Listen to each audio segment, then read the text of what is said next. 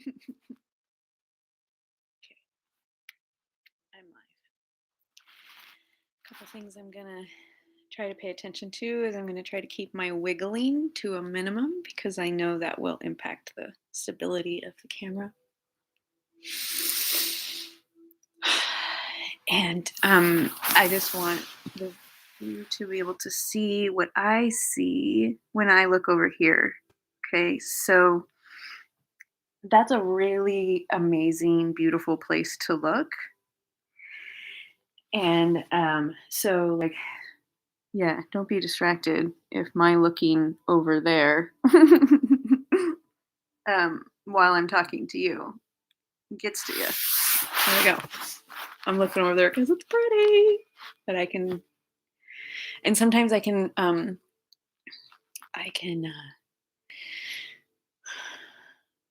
assess which string to pull on more easily if I'm not looking at a camera, which is just to me a little black hole and a little green light. Or if I'm looking at me, then I'm like, who the fuck is that? Because I've been on camera so little lately for the past, I don't know, while,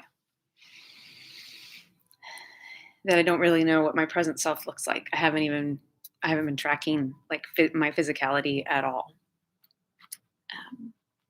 I barely look in the mirror. And I don't know if I don't think that's the thread I want to pull right now.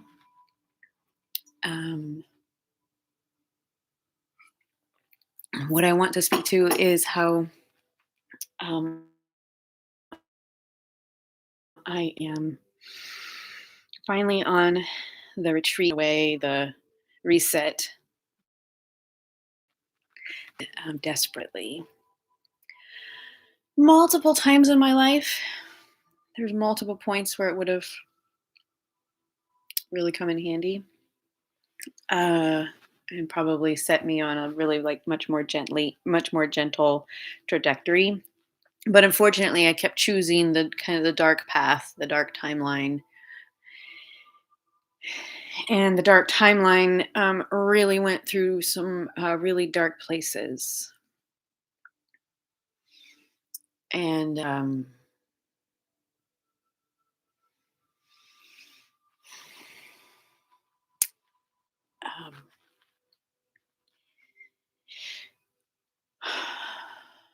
so basically, those places that the dark timelines have taken me have been really kind of so unpleasant that it's been a whole lot easier to just shut it down and not think about them for as long as possible. And part of what I now know to be true is that not only when the student is ready does the teacher appear, but also I have everything I need and all of my resources are readily available. And I even have I have a Bubba. You're such a Bubba. Yeah, me there. Hanging out with me today. Hi, sister.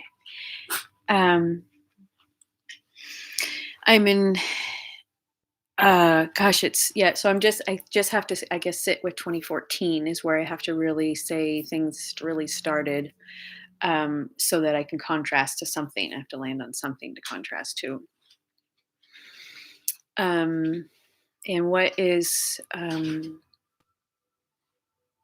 what I'm grateful is available this time, is available for me now, is a lovely space in my mom's home.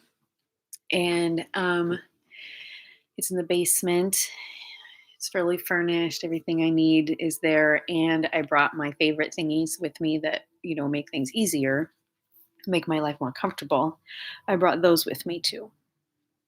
And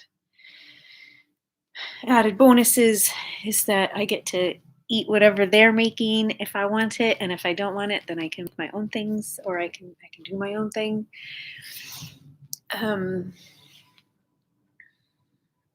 And I get to have a lot of times quiet, or only the sound that I feel like listening to. I get to make choices at a really um, subtle level that I haven't had available to me ever before in my life, maybe since I was quite young.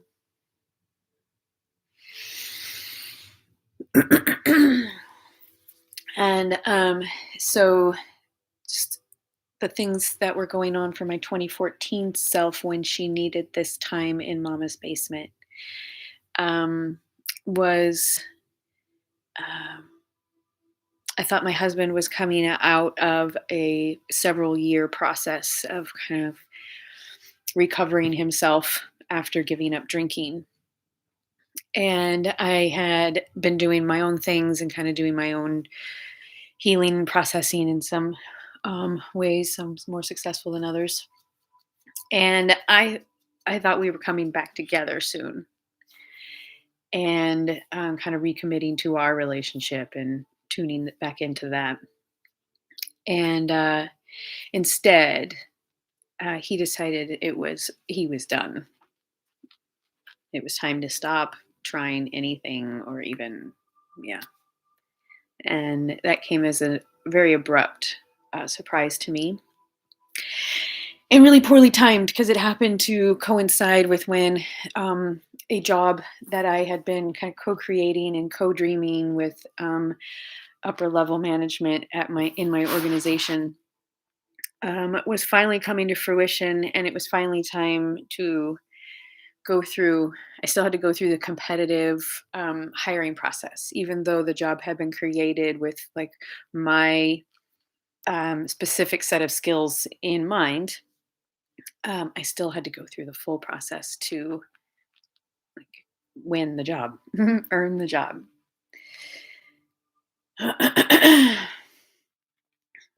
So yeah, in April 2014, my husband moved out of our home, and I had an interview, like a third or fourth interview, but it was in person in Eugene with 13 people in the room. That happened a couple weeks after Jeremy left.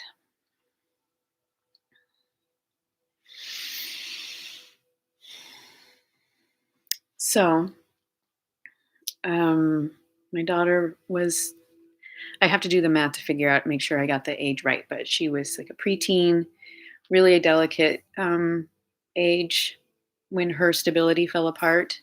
Unfortunately, it coincided with my stability falling apart to the point where I couldn't figure out what to hold on to. And I decided the job was what I had to put most of my attention into to keep us afloat.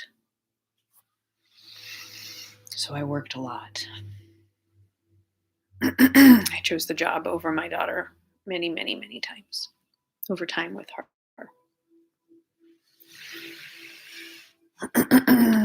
And yeah, she cultivated her own interests to keep herself busy while I was busy, and she expressed interest in my interests, and we tried to coincide them as much as we could. And but she also was growing up, and she was spending half her time with her dad and half her time with me, and she really liked to keep it super compartmentalized. She didn't really like to she didn't really like to talk about what was going on at her dad's.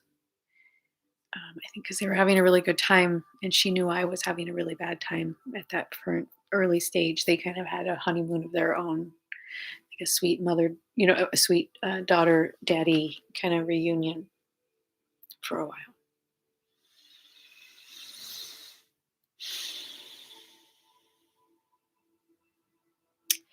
And what I discovered today that I'm trying to anchor into as a starting point is in mid late September of 2014. I took myself to Powell's and I picked out some books. And these books were intended to break me out of the funk that I was in, and start making some like clearer choices. Like I was trying to shake myself awake with my go-to habit, which is go to the bookstore or the library and start up-leveling my education. So I went to the store, and I wish I brought the receipt with me, but I don't. Oh no, maybe it's still in the book. I don't think I took it out. I bought this book. It hides from me. This book is called Second Firsts. And it kind of blows my mind. Like, um, it's about raising the bar of life after loss. And she walks you through her life re-entry process to help you break grief's spiral of pain so you can stop simply surviving and begin to live again. She shows you that loss can actually be a powerful catalyst to creating a life that is in alignment with your true passions and values.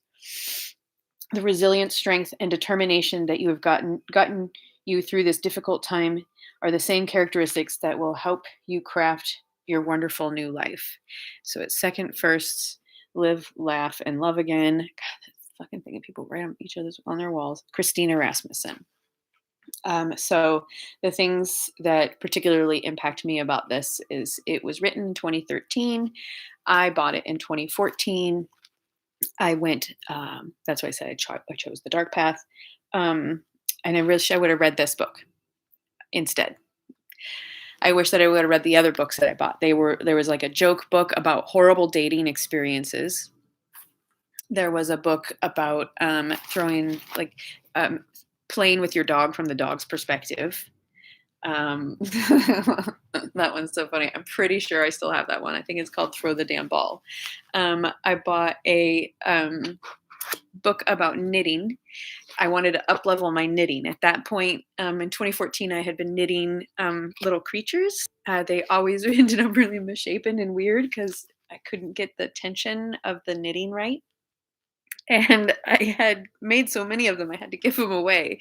And both my friends that I was talking to earlier today, these are people I've known for um, since 1990, like two. I think I met them both in that time frame, or got close with them at least in that time frame. And they both had critters that I had made. Laura had a chicken that she had given her daughter, or I had given her daughter, that got eaten by her dog. And Piper has an elephant that's missing an arm or something because I must have gotten frustrated and was just like, can you just, I can't do any more with this. It's as done as I can get it. um, and yeah, Laura also had a scarf. I used to make these scarves that like it would have a hole in the center so that you could fit it through. Like a little neck warmer. Like, yeah, I want to up level my neck warmer making skills. um, yeah, but instead I got distracted with a bunch of other stuff. I got distracted with work. I got distracted with a relationship with a really yucky man that ended up impacting my daughter as well. I got just distracted by health problems. I got distracted by a really gross apartment that I eventually had to get us out of. And I got distracted by my ex-husband being a total butthead over and over and over in bigger and bigger ways. Um, so I never just took some time for myself after that. And so here it is, 2022, and I'm finally sitting my fucking ass down.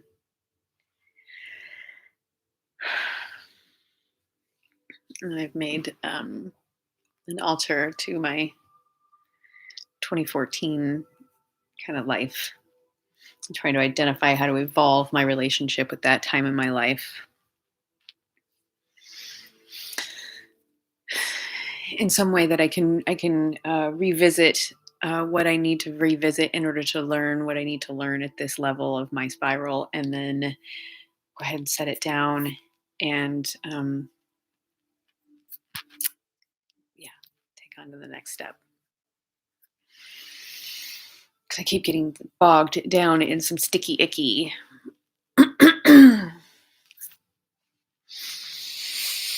That'll distract me for a while. So it's time to end another round of generational patterns. It's time to end another round of my own like human life cycle patterns. It's time to cut some cords and identify where the pruning is appropriate and where there are perhaps bushes that need to be moved into other parts of the garden so that they can thrive in a different way.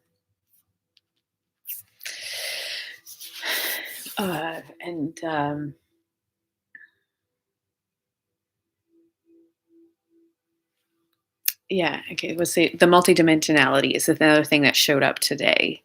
The multidimensionality of the experience that I now get to have through my memory as well as through revisiting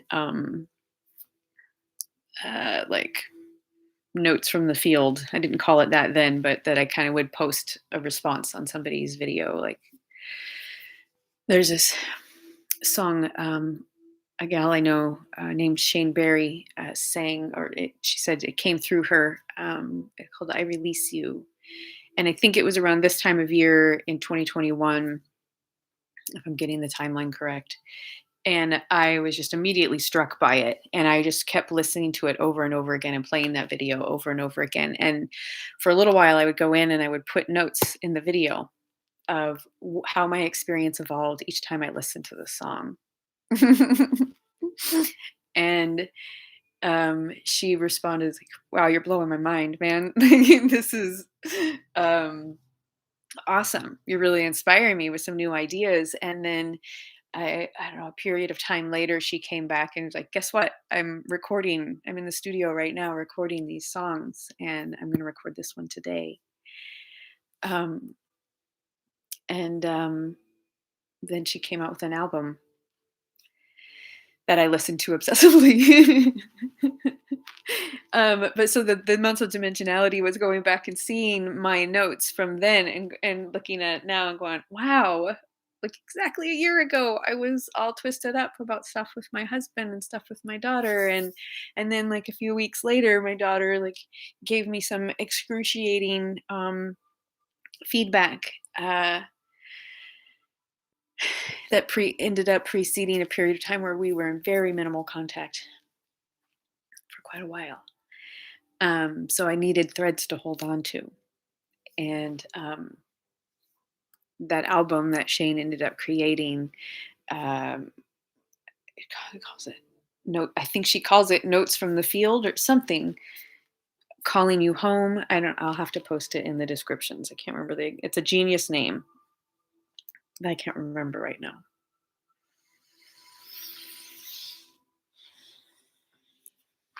And I'm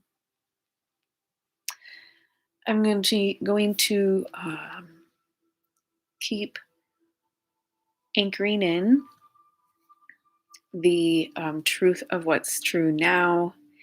And it's okay to give myself some space to look at the contrast of my life at other points compared to now. I won't get, and I feel like I just keep getting this new level of where I won't get lost there.